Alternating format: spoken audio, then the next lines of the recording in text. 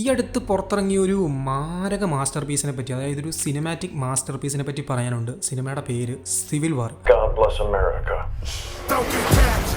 Civil War. വെറും 1.25 മണിക്കൂർ മാത്രം ദൈർഘ്യമുള്ള ഒരു മാരക ഐറ്റമാണ് ഈ ഒരു സിനിമ. ഒരു ആക്ഷൻ വാർ കാറ്റഗറിയിലാണ് പെടുന്നത്. ചിത്രത്തിൻ്റെ ഡിസ്ട്രിബ്യൂട്ടേഴ്സിൽ പ്രധാനപ്പെട്ട ഒരാളെന്ന് പറയുന്നത് A24 ആണ്. അപ്പോൾ A24 മൂവീസിനെ പറ്റി ഞാൻ പ്രത്യേകം എടുത്ത് പറയേണ്ട കാര്യമില്ല. അവരുടെ സൈഡിൽ നിന്ന് വരുന്നതിനൊക്കെ ഒരു മിനിമം ക്വാളിറ്റി കാണും. സെയിം കാര്യം ഇവിടെ ഹാപ്പൻ ആയിട്ടുണ്ട്. ഒരു ഓസ്കാർ വൃത്തിയായിട്ടുള്ള ഫിലിമൊക്കെ ആയിട്ടാണ് എനിക്ക് തോന്നിയിരിക്കുന്നത്. ഈ ഒരു സിനിമയുടെ സൗണ്ട് ഡിസൈനിങ്ങിനും കാര്യത്തിനൊക്കെ ഓസ്കാർ നോമിനേഷൻസ് പോകാനും മേ ബി കിട്ടാനും വരെ ചാൻസ് ഉണ്ട്. നമ്മുടെ ഡ്യൂണിന് ഒരു കട്ട കോമ്പറ്റീഷൻ എന്തായാലും ഇതിൻ്റെ സൈഡിൽ നിന്ന് ഉണ്ടാവാനുള്ള ചാൻസസ് ഉണ്ട്. കാരണം ആ ലെവലിൽ മേക്ക് ചെയ്ത് വെച്ചിട്ടുണ്ട്. സിനിമയുടെ സിനിമാറ്റോഗ്രഫി എന്നൊക്കെ പറയുന്നത് ആബ്സല്യൂട്ട് പീക്ക്, ഒരു രക്ഷയില്ല.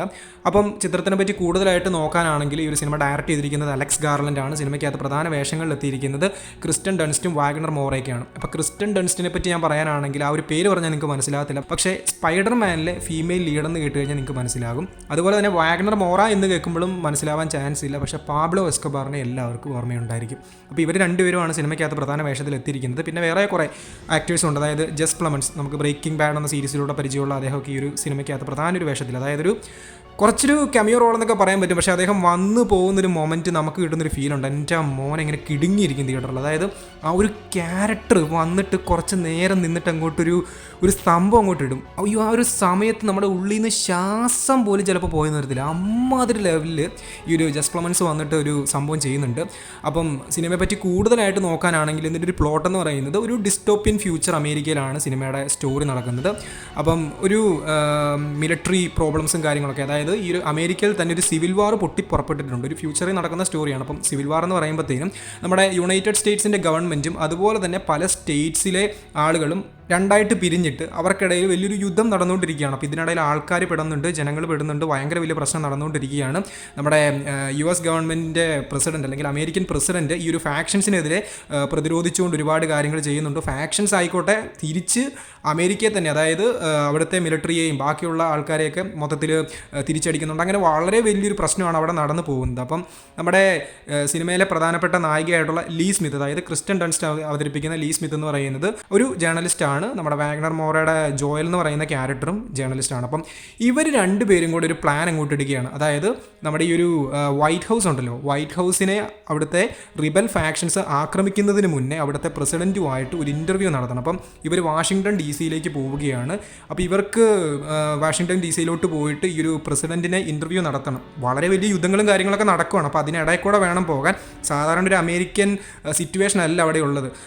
റോഡിൽ കൂടെ പോയാൽ പോലും ചിലപ്പം ജീവനോടെ തിരിച്ച് വരണമെന്ന് ഒരു തരത്തിലുള്ള നിർബന്ധമില്ല. അങ്ങനെ ഒരു ഡിസ്റ്റോപ്യൻ ഫ്യൂച്ചറാണത്. അപ്പോൾ ഇവർ പോകാൻ തീരുമാനിക്കുന്നതിൻ്റെ കൂട്ടത്തിൽ തന്നെ 2 ക്യാരക്ടേഴ്സും കൂടെ ഇവരുടെ ഒപ്പം വരാൻ വേണ്ടി തയ്യാറാവുകയാണ്. പിന്നീട് ഈ 4 ക്യാരക്ടേഴ്സും നടത്തുന്ന ഒരു ജേണി, അതായത് ഇവർ വാഷിങ്ടൺ DC പോകുന്നതും അതിനിടയ്ക്ക് നടക്കുന്ന കാര്യങ്ങളൊക്കെയാണ് ഈ ഒരു സിനിമ കാണിച്ചു തരുന്നത്. ഈ ഒരു സിനിമയുടെ പ്ലോട്ട് എന്ന് പറയുന്നത് വളരെ ഗംഭീരമാണ്. അതായത് വളരെ രസത്തിനാണ് പോകുന്നത്. ഒരു റോഡ് മൂവി എന്ന് വേണമെങ്കിൽ പറയാൻ പറ്റും. കാരണം സിനിമയുടെ ഒരു 3/4 ഭാഗത്തോളം അല്ലെങ്കിൽ ഒരു പ്രധാനപ്പെട്ട എല്ലാ ഭാഗങ്ങളും ഒരു റോഡ് കണക്കിനാണ് പോകുന്നത്. അതായത് ഒരു റോഡ് മൂവി പോകുന്ന പോലെയാണ് പോകുന്നത്. ഒരു ജേണി നടക്കുന്നു, അതിനിടയ്ക്ക് ഈ ഒരു ക്യാരക്ടേഴ്സ് ആ ഒരു അമേരിക്കയിലെ പല സിറ്റുവേഷൻസും കാണിച്ചു തരുന്നു.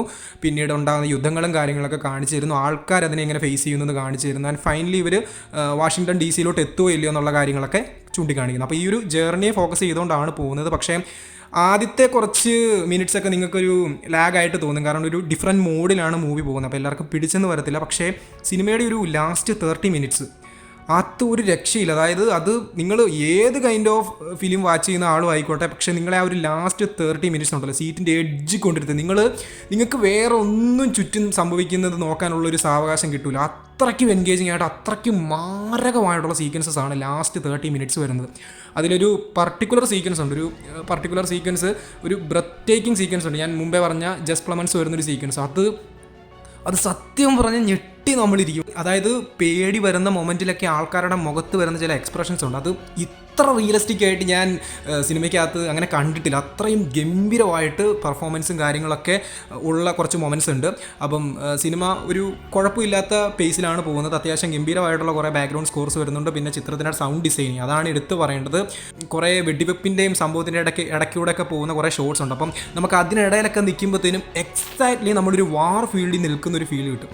അല്ലെങ്കിൽ ഈ ഒരു സിനിമയ്ക്കകത്ത് എൻറ്റയർലി ഒരു ഇരി ഫീൽ ഉണ്ട്. അതായത് അവിടെ ഒരു യുദ്ധം നടക്കുവാണ്, അല്ലെങ്കിൽ ഒരു സിവിൽ വാർ തന്നെ നടന്നുകൊണ്ടിരിക്കുകയാണ്. അപ്പോൾ ഇതിനിടയ്ക്ക് ജനങ്ങളൊക്കെ പെടുമ്പോഴത്തേന് നമുക്കൊരു ഡിസ്റ്റോപ്പിയൻ ഫ്യൂച്ചറിൽ ചെന്നൊരു ഫീൽ കിട്ടണമല്ലോ. അപ്പോൾ അത് വളരെ ഗംഭീരമായിട്ട് നമ്മുടെ ഉള്ളിലേക്ക് കൊണ്ടുവരാൻ ഇതിൻ്റെ സൗണ്ട് ഡിസൈനിങ്ങിന് സാധിക്കുന്നുണ്ട്. ഓരോ മൈന്യൂട്ടായിട്ടുള്ള സൗണ്ടിന് പോലും അത്രയധികം ഡീറ്റെയിലിംഗ് കൊടുക്കുവാൻ ഇതിൻ്റെ ക്രിയേറ്റേഴ്സിന് സാധിച്ചിട്ടുണ്ട്. അതുപോലെ തന്നെ സിനിമയുടെ സിനിമാറ്റോഗ്രഫി, ചില സീക്വൻസ് ഒക്കെ ഉണ്ട്, ചില ഷോട്ട്സ് ഒക്കെ ഇങ്ങനെ കണ്ടാൽ വേറെ ലെവലായിട്ട് തോന്നും. അതായത് ഈ ഒരു സിനിമയുടെ മെയിൻ കോറം തന്നെ പറയുന്നത് പ്രസ് അല്ലെങ്കിൽ ജേർണലിസ്റ്റ് ആയിട്ടുള്ള ആൾക്കാർ എങ്ങനെയാണ് ഇതുപോലെ വലിയ യുദ്ധങ്ങൾക്കൊക്കെ ഇടയിൽ ചെന്ന് നിന്നുകൊണ്ട് ഫോട്ടോ എടുക്കുന്നത്. അതിപ്പോഴും ഒരുപാട് ആളുകൾ ചെയ്യുന്നുണ്ട്. ഇപ്പം ഒരു സിവിൽ വാർ നടക്കുന്നതിനെ പറ്റിയാണ്, അല്ലെങ്കിൽ അമേരിക്കയിൽ നടക്കുന്ന ഒരു സിവിൽ വാറിനെ പറ്റിയാണ് ഈ ഒരു സിനിമ കാണിക്കുന്നതെങ്കിൽ കൂടെ പല രാജ്യങ്ങളിലും ഈ ഒരു കാര്യം കറൻറ്റ്ലി പല രീതിക്കായിട്ട് നടന്നു പോകുന്നുണ്ട്. അതിൻ്റെ ഇടയിലൊക്കെ പെട്ടുകൊണ്ട് പല ജേർണലിസ്റ്റുകൾ ഒരുപാട് ഫോട്ടോ എടുത്ത് നമ്മുടെ ലോകത്തിലേക്ക് എത്തിക്കുന്നുണ്ട്.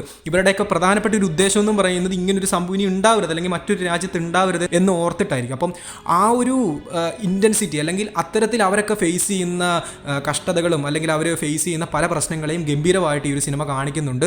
അതുപോലെ തന്നെ ഒരു സിവിൽ വാർ ഉണ്ടായിക്കഴിഞ്ഞാൽ, അല്ലെങ്കിൽ ഒരു യുദ്ധം ഉണ്ടായിക്കഴിഞ്ഞാൽ തന്നെ ഹ്യൂമാനിറ്റി അത് എത്രത്തോളം ബാധിക്കും. ഇപ്പം നമ്മുടെ ലോകത്ത് പലയിടങ്ങളിലും പല രീതിക്ക് വലിയ വലിയ രീതിക്ക് പല യുദ്ധങ്ങളും നടന്നു പോകുന്നുണ്ട്. ആൻഡ് വി ഡോണ്ട് കെയർ, അല്ലെങ്കിൽ നമ്മളത് കാര്യമായിട്ട് നോക്കുന്നില്ല. പക്ഷേ നമുക്കത് ഉണ്ടായിക്കഴിഞ്ഞാൽ എത്രത്തോളം ഇൻറ്റൻസിറ്റി ആയിരിക്കും അത് കൊണ്ടുവരുന്നത്, അല്ലെങ്കിൽ നമ്മുടെ ജീവിതത്തിനെയൊക്കെ അത് എത്രത്തോളം ബാധിക്കുമെന്ന് ഈ ഒരു സിനിമ വളരെ ക്ലിയർ ആയിട്ട് കാണിച്ചിരുന്നുണ്ട്. അതായത് ഈ ഒരു സിനിമ കണ്ടു കഴിയുമ്പോൾ തന്നെ നിങ്ങൾക്കൊരു ബോധ്യം വരും എന്തായിരിക്കും ലോകത്തിൻ്റെ അവസ്ഥ, എന്തായിരിക്കും റിയലിസ്റ്റിക് ആയിട്ടുള്ളൊരു ലോകത്തിൻ്റെ അവസ്ഥ ഒരു യുദ്ധം നടന്നു കഴിഞ്ഞാൽ എന്ന് വളരെ ഗംഭീരമായിട്ട് കാണിച്ചു തന്നിട്ടുണ്ട്. പിന്നെ സിനിമയെ പറ്റി പറയാനാണെങ്കിൽ ഒരുപാട് ഫാക്ടേഴ്സ് ഉണ്ട്. എല്ലാം എടുത്തെടുത്ത് പറഞ്ഞു കഴിഞ്ഞാൽ അങ്ങ് പോവും. പക്ഷേ ഞാൻ സിംപ്ലി പറയുകയാണ്, ഈ ഒരു സംഭവം മിസ് ചെയ്യരുത്. നിങ്ങളെ ഒരുപാട് രീതിക്ക് ഇമ്പാക്റ്റ് ചെയ്യാൻ ചാൻസ് ഉള്ള, ഒരുപാട് രീതിക്ക് ഹ്യൂമാനിറ്റിയുടെ പല കാര്യങ്ങളെയും ചൂണ്ടിക്കാണിച്ചു തരുന്നൊരു സിനിമയാണ്.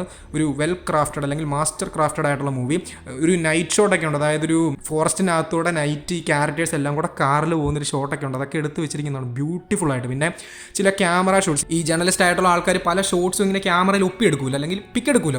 അപ്പോൾ ആ പിക്കിൻ്റെയൊക്കെ ഒരു മീനിങ്, ആ ഓരോ പിക്കിനും വരുന്ന മീനിങ്സും കാര്യങ്ങളൊക്കെ വളരെ ഗംഭീരമായിട്ട് എടുത്തിട്ടുണ്ട്. ക്യാരക്ടർ ഡെവലപ്മെൻറ്റ്, ഈ ഒരു സിനിമയുടെ തുടക്കത്തിലൊരു പെങ്കൊച്ച് ഇവരുടെ കൂടെ കൂടുന്നുണ്ട്. അപ്പോൾ ആ പെങ്കൊച്ച് ക്ലൈമാക്സ് സീക്വൻസിലോട്ടൊക്കെ വരുമ്പോൾ തന്നെ എത്രത്തോളം ഡെവലപ്ഡ് ആയിട്ടുണ്ട്. ആ ഒരു ക്യാരക്ടർ മാറുന്നതൊക്കെ നമുക്കിങ്ങനെ എക്സാക്ട്ലി ഫീൽ ചെയ്യാൻ പറ്റും. നേരെ മറിച്ച് മറ്റ് ചില ക്യാരക്ടേഴ്സിനുണ്ടാകുന്ന ചേഞ്ചസ് നമുക്ക് വളരെ ഗംഭീരമായിട്ട് കാണാൻ പറ്റും. It's A master craft movie. അതുകൊണ്ട് മിസ് ചെയ്യരുത്. അടുത്തുള്ള തിയേറ്ററിൽ റിലീസ് ആവുന്നുണ്ട് എന്നുണ്ടെങ്കിൽ മസ്റ്റായിട്ടും ട്രൈ ചെയ്യുക. കേരളത്തിലെ ചില തിയേറ്ററിലൊക്കെ റിലീസ് ആവാൻ ചാൻസ് ഉണ്ട് എന്ന് കേട്ടിരുന്നു. അപ്പം സിവിൽ വാർ എന്ന മൂവി എവിടെയെങ്കിലുമൊക്കെ റിലീസ് ആവുന്നുണ്ടെന്ന് കേൾക്കുവാണെങ്കിൽ നിങ്ങളൊരു ഫിലിം അഡിക്റ്റാണ്, നിങ്ങൾക്കൊരു ഗംഭീര സിനിമ എക്സ്പീരിയൻസ് ഒക്കെ വേണമെന്നുണ്ടെങ്കിൽ മസ്റ്റായിട്ടും ട്രൈ ചെയ്യുക. ആൻഡ് നിങ്ങൾ ഓൾറെഡി A24 ഏതെങ്കിലുമൊക്കെ മൂവീസ് കണ്ടിട്ടുള്ള ഒരാളും കൂടെ ആണെങ്കിൽ നിങ്ങൾക്ക് അതിൻ്റെ ഒരു എസൻസ്, അല്ലെങ്കിൽ അതിൻ്റെ ഒരു വേ എങ്ങനെയാണെന്ന് മനസ്സിലാവും. അപ്പോൾ ആ ഒരു കാര്യം കൂടെ ഒന്ന് മൈൻഡിൽ വെച്ചേക്കുക.